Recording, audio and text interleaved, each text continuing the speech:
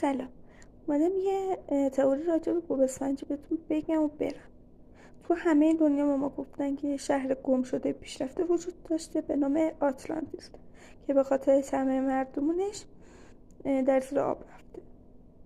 و حالا اگه تمام قسمت های بوب اسفنجی رو دیده باشین میدونید که توی برخی از قسمتاش میگن که یه شهری هست کنار بیکینی باتوم نام آتلانتیس که نسبت به بیکینی باتوم خیلی خیلی پیشرفته تره، که توی یکی از قسمتاش با اسفندی قرار سرآشپز اون قصری که تو آتلانتیس هست بشه.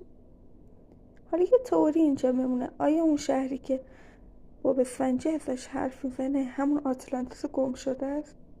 و اگه دقت کنین آتلانتیس که گفتم به زیر آب رفته، یعنی بوب اسفنجی، بیکینی باتم، آتلانتیس همه کنار